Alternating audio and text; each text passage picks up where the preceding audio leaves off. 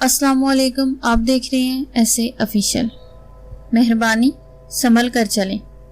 इस तरह के कई स्लोगन्स आपने हाईवे पर देखे होंगे, लेकिन फिर भी हादसे होते रहते हैं। कुछ इस तरह के एक्सीडेंट के पीछे सुपर नेचुरल हादसे भी माना जाता है। दुनिया भर में कई ऐसी सड़कें हैं जिन्हें हॉन्टेड रोड के नाम से जाना जाता है।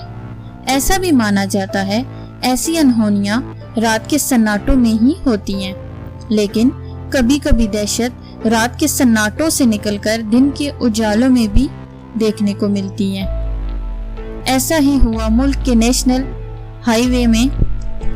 कुछ साल पहले इस हाईवे से जुड़ा शॉर्टकट हमारे खानदान का बना सबसे बुरा सफर। मैं और मेरी सारी फैमिली, हम लोग एक शादी पर बहावलपुर जा रहे थे। मेरा बिल्कुल भी दिल नहीं था, मगर पापा ने बहुत इंसिस्ट किया तो मैं आ गई। रास्ते में पापा एक स्टॉप पर रुके। वहाँ पर दो रास्ते थे, एक हाईवे का, दूसरा शॉर्टकट। पापा ने कहा क्यों न शॉर्टकट रास्ते से जाना चाहिए, एक तो शाम भी होने वाली है और हमारा टाइम भी बच जाएगा। मामा का बिल्कुल दिल नहीं था। मामा कहती है रात होने वाली है, इससे बेहतर है हाईवे से ही जाते हैं। पापा ने कहा ओ कमान, कुछ नहीं होता। अल्लाह का नाम लेकर हम शॉर्टकट रास्ते से जाने लगे। रोड बिल्कुल सुनसान था, हमें वहाँ पर कोई गाड़ी नजर नहीं आई। दादा अबू ने कहा बेटा ये कैसी जगह है, यहाँ तो कोई बंदा नजर नहीं आ रहा। थोड़ी ही दूर आगे पहुंचे तो हमें रास्ते में एक आदमी नजर आया जो बाइक पर खड़ा था। वो हमारे पास आया और उसने हमारी गाड़ी रोक ली। वो बाइक से नीचे उतरा और उसने कहा शीशे नीचे करो। हमने जब शीशे नीचे किए तो सबको अजीब ही नजरों से देख रहा था। पापा ने कहा कौन हो भाई और क्यों बीच रास्ते में हमारी गाड़ी रोक ली। मामा ने कहा असलम जल्दी से गाड़ी स्टार्ट करो। हम लोग वहां से आ गए। पापा ने कहा शायद कोई चोर होगा जिसने हमारी गाड़ी रोक ली, पर शुक्र है अल्लाह ने हमारी जान बचा दी। थोड़ी ही दूर आगे पहुंचे तो एकदम से गाड़ी रुक गई और झटके खाने लगी। हमारे मोबाइल फोन भी ऑफ हो गए थे। हमें समझ ही नहीं आ रही थी कि हमारे साथ हो क्या रहा है। हम ये सोच ही रहे थे कि अचानक से एक आदमी आया जिसे देखकर हम डर गए। उसने कहा क्या हुआ भाई, आपकी गाड़ी खराब हो गई है। हमने कहा हाँ, आपको कैसे पता। उसने कहा फिक्र करने की कोई बात नहीं, यहाँ पर अक्सर लोगों की गाड़ियाँ खराब हो जाती हैं। मैं एक मैकेनिक हूँ, मैं अभी आपकी गाड़ी को ठीक कर देता हूँ। जब उसने गाड़ी को चेक किया तो थोड़ी देर बाद गाड़ी स्टार्ट हो गई। हमने शुक्र किया और उसका शुक्रिया अदा किया। उसने कहा शुक्रिया की कोई बात नहीं, अगर आप बुरा ना माने तो मुझे थोड़ा सा आगे छोड़ सकते हैं। पापा ने कहा बुरा मानने वाली क्या बात है, आपने हमारी इतनी मदद की, हम भी आपके काम आना चाहते हैं। फिर वो हमारे साथ बैठ गया।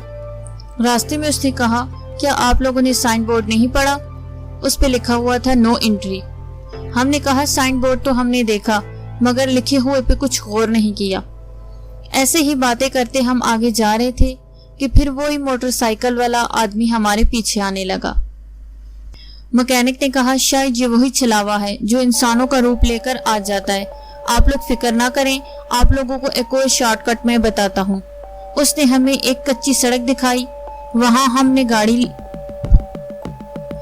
रोक दी। मैकेनिक ने कहा आप ऐसा करें गाड़ी बंद कर दे ताकि छलावे को पता ही न चले हम लोग यहाँ पर हैं। पापा ने ऐसा ही किया। जब वो हमारे पास आया उसने आगे पीछे देखा, उसे कोई नजर नहीं आया। फिर वो वापस चला गया।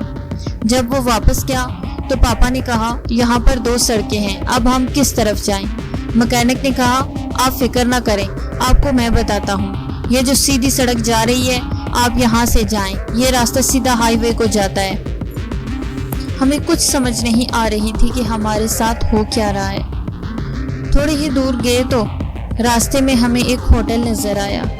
पापा ने कहा क्यों ना उतर के पानी वगैरह पी लें। फिर हम सब उतरे, होटल में बैठे। जब हम पानी पीने लगे तो हमें पता ही नहीं चला कि वो मैकेनिक आखिर किधर गया। अब न पीछे जाने का रास्ता बचा था और न ही आगे जाने का रास्ता। हमें समझ में आ गया था ہم پوری طرح پھنس گئے ہیں۔ راستے میں جو ملا مکینک، وہ ہمارا گائیڈ تھا یا دھوکے باز؟ چھلاوے سے بچنے کے لیے اس نے جس ہوٹل میں ہمیں بھیجا وہ کسی مرغٹ سے کم نہیں تھا۔ جیسے ہی ہم ہوٹل سے نکلے، گاڑی میں بیٹھے اور چل پڑے، لیکن وہاں پر ہمارے ساتھ بہت عجیب ہو رہا تھا اور ہم بار بار گھوم کر ایک ہی جگہ واپس آ رہے تھے۔ ہم سمجھ نہیں پا رہے تھے کہ ہمارے ساتھ ہو کیا رہا ہے۔ اتنے میں ہمیں وہاں رات ہو جاتی ہے۔ دور سے ہم کیا دیکھتے ہیں کہ ہمیں ہلکی سی روشنی نظر آتی ہے۔ تھوڑی دیر ہم چین کا سانس لیتے ہیں اور اس روشنی کا پیچھا کرتے ہیں۔ جنگل کے راستے سے ہم ہوتے ہوئے جا رہے تھے کہ اچانک میرا بھائی علی غائب ہو جاتا ہے۔ ہم سب اس کو ڈھونڈنے میں لگ جاتے ہیں۔ ہم سب الگ الگ ہو کر اسے ڈھونڈتے ہیں۔ ایک دم سے دادا ابو بھاگتے بھاگتے ہماری طرف آتے ہیں۔ وہ کہتے ہیں کہ ہمارا علی اب علی نہیں رہا، میں نے اسے دیکھا ہے، وہ کچھ اور ہی بن چکا ہے، جلدی سے یہاں سے چلو، اس سے پہلے کہ وہ چیز ہماری طرف آ جائے۔ ہم اسی روشنی کا پیچھا کرتے کرتے ایک ہوٹل پر پہنچتے ہیں۔ میری ماما کہتی ہے کہ مجھے یہ ہوٹل ٹھیک نہیں لگ رہا، یہاں سے چلو، جبکہ میرے پاپا کو کچھ اور ہی ماننا ہوتا ہے۔ وہ کہتے ہیں کہ سب ٹھیک ہے، سب لوگ اپنا اپنا کھانا کھا رہے ہیں۔ میری ماما اپنے موبائل سے ہوٹل کی تصویر بناتی ہے، پھر ہمیں دکھاتی ہیں۔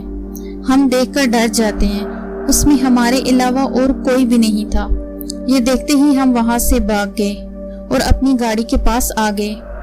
وہاں ہم کھڑے ہی تھے کہ ہمیں پھر وہی موٹر سائیکل والا آدمی آتا دکھائی دیا۔ وہ ہمیں زبردستی اپنے گھر لے جاتا ہے۔ وہاں پہنچ کر اس نے کہا کہ آپ لوگ کیوں مجھ سے بھاگ رہے ہو؟ میں ایک پولیس والا ہوں اور آپ کی مدد کرنا چاہتا ہوں۔ اس نے ہمیں ایک فائل دکھائی، اس میں ان تمام لوگوں کی تصویریں تھیں جن کو اس بدرو نے مارا۔ ان میں وہ مکینک بھی تھا جس نے ہماری مدد کی تھی۔ میرے پاپا نے کہا ہمیں کچھ سمجھ نہیں آ رہی، ہم کس پر یقین کریں اور کس پر نہیں۔ ایسے ہی رات گزر جاتی ہے۔ صبح ہوتے ہی دادا ابو بھاگ کر دروازہ کھولتے ہیں اور کہتے ہیں شکر ہے اب ہم اپنے گھر جائیں گے۔ پاپا بھی باہر نکلنے والے تھے کہ میں نے پاپا کو روک دیا کہ ہم تو گھر نہیں جانے والے تھے، پھر دادا ابو ایسا کیوں بول رہے ہیں؟ اتنے میں وہ پولیس والا ایک دم دروازہ بند کر دیتا ہے اور کہتا ہے کہ یہ آپ کے دادا ابو نہیں ہیں، یہ ایک چھلاوا ہے، ان کے اندر بھی ایک بدرو چلی گئی ہے۔ باہر سے دادا ابو شور ڈالتے ہیں کہ مجھ پر یقین کرو، میں کوئی بدرو نہیں ہوں، دروازہ کھولو، مجھے اندر آنے دو۔ مگر وہ پولیس والا ہمیں دروازہ کھولنے ہی نہیں دے رہا تھا۔ ہمارے دیکھتے ہی دیکھتے دادا ابو نے ایک سریا نکالا اور اس سے اپنی آنکھیں نکال دی اور ایک دم سے غائب ہو گئے۔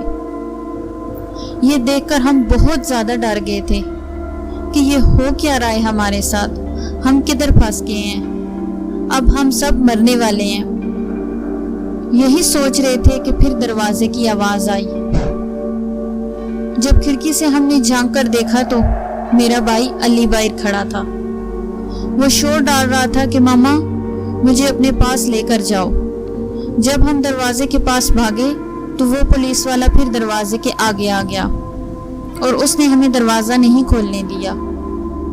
پولیس والا کہتا ہے میں آپ کو دروازہ نہیں کھولنے دوں گا، یہ آپ کا بیٹا نہیں ہے بلکہ ایک یہ بدرو ہے، اس کی چال ہے، وہ آپ کے بیٹے کا روپ لے کر اندر آنا چاہتی ہے۔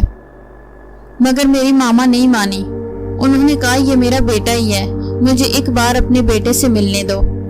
زبردستی ماما نے دروازہ کھولا اور علی کو اپنے گلے لگا لیا، بہت زیادہ پیار دیا۔ پھر میری ماما نے کہا یہ کوئی بدرو نہیں بلکہ میرا بیٹا ہے۔ علی کے مل جانے کی خوشی بہت زیادہ ہوئی اور ہم نے شکر ادا کیا کہ وہ واپس آ گیا ہے۔ تھوڑی دیر بعد پوری پولیس فورس ہمارے پاس تھی، وہ ہمیں صحیح سلامت اپنے گھر لے جا رہے تھے کہ اسی راستے دادا ابو کی لاش پڑی ہوئی، جسے دیکھ کر ہم بہت زیادہ رونے لگ گئے۔ ہم صحیح سلامت گھر پہنچ گئے۔ ہمیں نہیں پتا وہ پولیس والا کون تھا، ہمارے لیے وہ ایک فرشتے کی طرح تھا جس نے ہماری مدد کی۔ آج ہم صحیح سلامت اپنے گھر میں ہیں، مگر دادا ابو کی کمی ہمیں ساری زندگی رہے گی۔